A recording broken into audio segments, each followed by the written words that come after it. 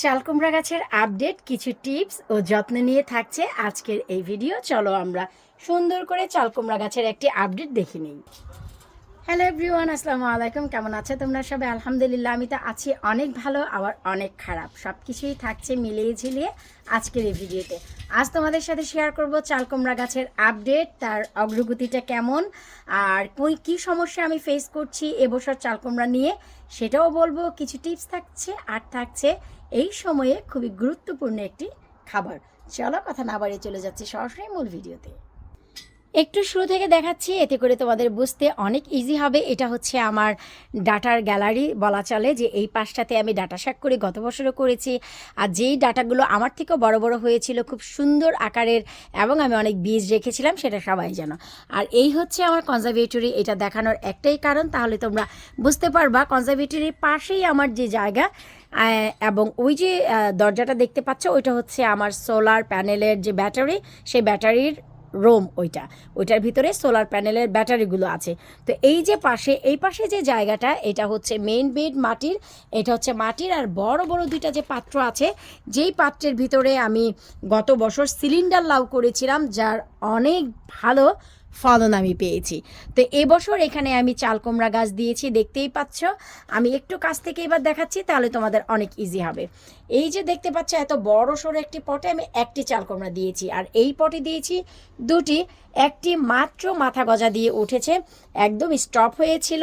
অনেক ঠান্ডার ভিতরে দিয়েছি। এই গাছগুলো দিয়েছি আমি মে মাসের 7 তারিখে। আনবিলিভেবল হলেও এটাই সত্যি, 7 তারিখে দিয়ে দিয়েছিলাম, কারণ মে মাসের 14 তারিখে আমার সার্জারি হয়েছিল, হাতের সার্জারি। যারা আজকে ভিডিওটি দেখছো তাদের জন্য বলে দিচ্ছি, আর যারা রেগুলার চ্যানেলে ভিডিও দেখো তারা তো জানোই। তো আমি 7 তারিখে দেওয়ার পর, এখানে হচ্ছে মে মাসের 7 তারিখের পর যে এক সপ্তাহের একটা জঘন্য বাতাস ওয়েদার গিয়েছিল, সেই জিনিসটাও আমার এই চাল কুমড়া গাছ পেয়েছিল। এরপর গিয়েছিল অনেক বেশি গরম, যেই গরমে মানুষের গাছপালা পড়ে গিয়েছিল, সেটাও পেয়েছে। তারপরে মে মাসের 31 তারিখ থেকে নিয়ে জুন মাসের 12 তারিখ পর্যন্ত টানা 13 দিন যে বৃষ্টি হয়েছিল, সেটাও পেয়েছিল। এরপর বর্তমানে তো যাচ্ছে হিট ওয়েভ, গরম, সব মিলিয়ে ঝিলিয়ে থাকছে আজকের এই চাল কুমড়ার অবস্থা। এই হচ্ছে চাল কুমড়া গাছটা, দেখতেই পাচ্ছ যে সাইডের যে গাছ, এই যে সাইডে যে গাছটা, এটা মাত্র মাথা গজা দিয়ে এই যে দেখো এই পর্যন্ত হয়েছে। এই যে দেখো এই পর্যন্তই হয়েছে, তার থেকে বেশি বড় হয়নি। মোট কথা ওয়ান যে কাটিংয়ের সময় হয়নি। আর বাকি দুইটা শুকুর আলহামদুলিল্লাহ, আমি ডগা পাতা খেয়েছি, এই পাতার ভর্তা খেয়েছি, লাউ পাতা, কুমড়া পাতা, যেই পাতাই বলো না কেন, সব পাতা ফেল এই তোমার চাল কুমড়া পাতার ভর্তা এবং শাকের কাছে। তো যাই হোক, এই যে দেখো কি চমৎকার করে আমার হচ্ছে চাল কুমড়া গাছটা বেড়েছে। তো এখন এই চাল কুমড়া গাছ নিয়ে আমি তোমাদের কিছু টিপস আগে শেয়ার করব, তারপরে বর্তমানে যে সমস্যা সেটা আমি শেয়ার করব।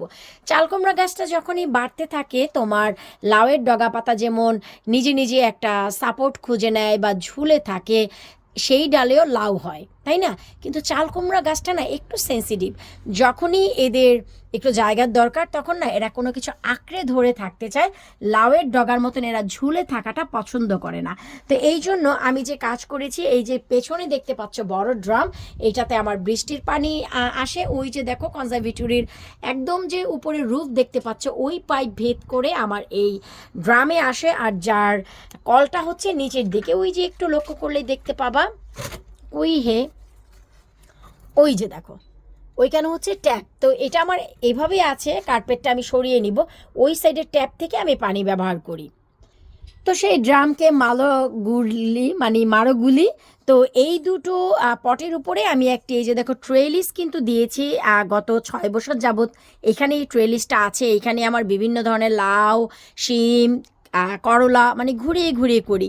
তো এই যে চাল কুমড়াটা দিয়েছি, আমি তোমাদের একটু দেখাচ্ছি যে এর সফলতা। আমি কিন্তু এইখানে হোমমেড পটাশ ব্যবহার করেছি।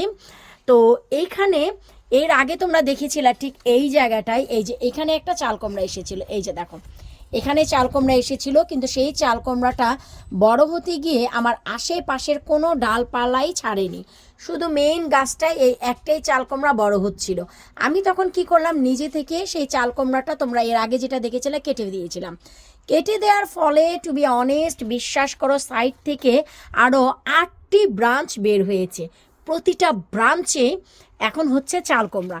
এই যে দেখো এইখান থেকে তোমার ফেলে দেওয়ার পর এই যে দেখো একটা চাল কুমড়া, আবার এই যে এটা তো নতুন ব্রাঞ্চ বের হচ্ছে, এই যে যে আবার আরও একটি যে ব্রাঞ্চ বের হয়েছে এই ব্রাঞ্চে দেখো এই যে দেখো একটি চাল কুমড়া, এই যে আবার এই উপরের দিকে যে ব্রাঞ্চটা গেছে ওই যে দেখো উপরের দিকে ওই যে দেখো একটা চাল কুমড়া, আবার এই যে এইখান থেকে নিয়ে যে আবার একটি ব্রাঞ্চ বের হয়েছে এখান থেকে এই যে দেখো একটি চাল কুমড়া, তারপরে এই যে পেছনের দিকে একটি ব্রাঞ্চ গেছে।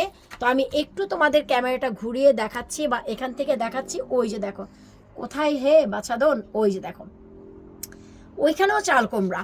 আর এই যে যে ওরা আসলে যেমন লাউ গাছ যেমন নিজে নিজে ঝুলে থাকে যেটা বললাম, এরা না সাপোর্ট চায়। তো এখন আমি কি করব, এই ট্রেলিস আবার এই যে যে কর্নার, আবার যেমন কি বললাম যে আমি একটু দেখাচ্ছি ক্লিয়ার করে, এই যে দেখো এটা হচ্ছে আমার সোলার প্যানেলের ব্যাটারির যে ঘর সেটা। তো এই দরজাটা হচ্ছে এখানে থাকে, ঠিক আছে। তো এইটুকু জায়গার ওইখানে হচ্ছে আমার কোকোপিটের বক্স, আর এখান দিয়ে তোমরা বলো অ্যাক্সেস করার কোনো জায়গা আছে নেই। তারপরও দেখো আমি একটি প্লাস্টিকের ট্রেলিস কিনে দেখো এইখানে জাস্ট দিয়ে রেখেছি, কোথাও বাধা দেইনি, কিচ্ছু করিনি, শুধু এই ট্রেলিসটার উপরে ড্রামের উপর ওই পেছনের দিকে ট্রেলিসে ফেলে রেখেছি, যেন আমার এই চাল কুমড়ার ডগা পাতাগুলো খুব সুন্দর করে এই যে দেখো নিজে নিজে এরা এখন হচ্ছে, নিজে নিজে এরা এখন যাচ্ছে। এই যে দেখো যেমন কি বললাম, আমি একটু একটা জিনিস দেখাচ্ছি, আলহামদুলিল্লাহ আমি শিওর না, আমার কাছে মনে হচ্ছে এখানে একটা চাল কুমড়া, ইয়েস দেখো শুকুর আলহামদুলিল্লাহ প্রত্যেকটা ডগায় ডগায়। আর এটা একমাত্র হয়েছে হোমমেড পটাশের কারণে। আর এইটা এই যে দেখো কাছে যেহেতু ক্যামেরা এনেছি, তো যেই টিপসটা আমি তোমাদের বলতে চাচ্ছি, চাল কুমড়া গাছের জন্য না তোমরা একটু মানে লাঠি গঠি এগুলো একটু বেশি দিয়ে দিবা।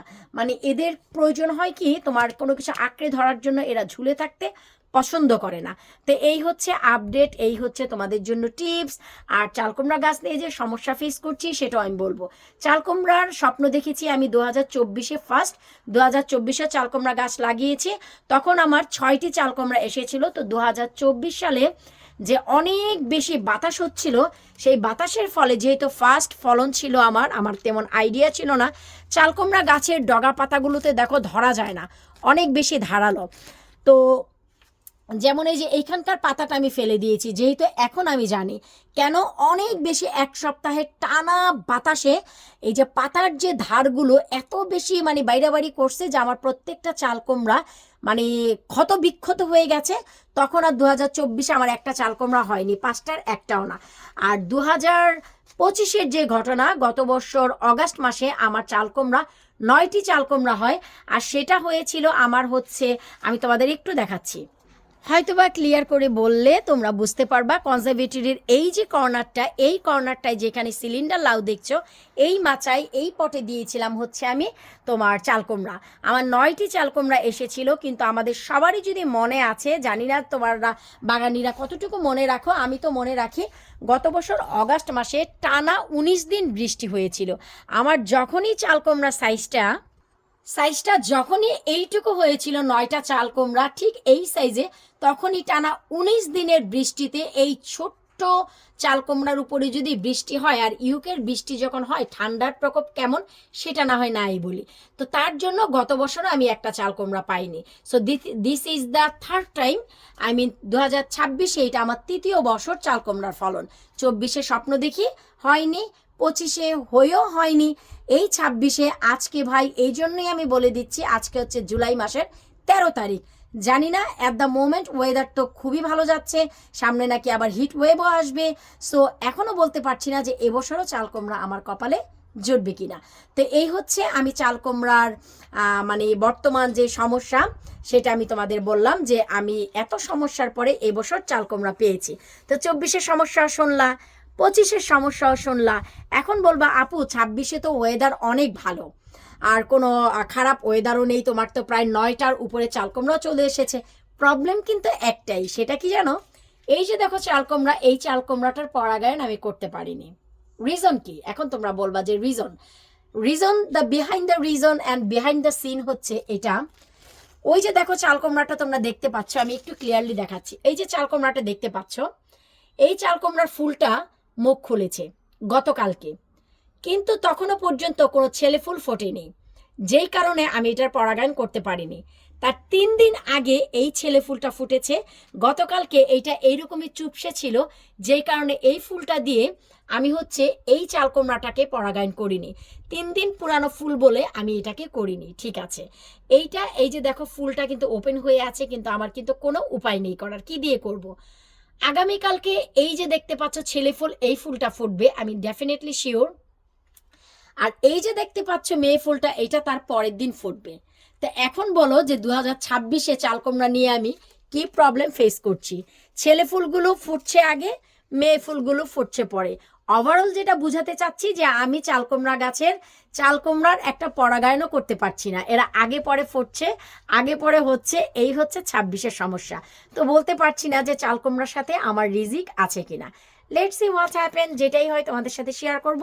তো এই সমস্যার পরেও বর্তমানে এখন আমি একটি দুর্দান্ত খাবার দিব, কারণ চাল কুমড়া এসেছে। এর আগে বেশ কয়েকটা ভিডিও দেখেছো যে যখনই গাছে ফুল ফল চলে আসে আমি একটা সার ব্যবহার করি, আর সেটা হচ্ছে লিকুইড টিএসপি। খুবই সিম্পল প্রসেস। আমি যেহেতু পরশুদিনই এর ডগা পাতা তুলে নিয়ে খেয়েছি, তাই এখন আর তোলার কোনো প্রয়োজন নেই। এই যে দেখো লিকুইড টিএসপি আমি নিয়ে এসেছি, এটা বানানো টিএসপির সাথে চিকেন মেনুর মিশানো আছে। তো এই যে দেখো শুধু গাছের গোড়ায় দিয়ে দিবা, দ্যাটস ইট। এর থেকে আর বেশি কোনো কিচ্ছু তোমাদের করতে হবে না। এ ছিল আমার চাল কুমড়া গাছের আপডেট, চাল কুমড়া গাছের কিছু টিপস। অবশ্যই এক্সট্রা ডগা পাতা বাড়ানোর জন্য তোমরা এক্সট্রা লাঠিগুটি মাচা দিয়ে দিবা। আর হচ্ছে এই সময় কি খাবারটা ব্যবহার করবা সেটা, আর আমি চাল কুমড়া গাছ নিয়ে কি সমস্যায় আছি সেটা। তো দেখতেই পাচ্ছ 2024-এ ঝড় বাতাসের জন্য আমার চাল কুমড়াগুলি একটাও হতে পারেনি, সব ক্ষতবিক্ষত হয়ে গেছে। 2025-এ টানা 19 দিনের বৃষ্টিতে সব নষ্ট হয়ে গেছে। 2026-এ আমি একটা চাল কুমড়াও পরাগায়ন করতে পারছি না, কারণ হচ্ছে আগে ছেলে ফুল ফুটে ঝরে যাচ্ছে, তারপর মেয়ে ফুল ফুটছে।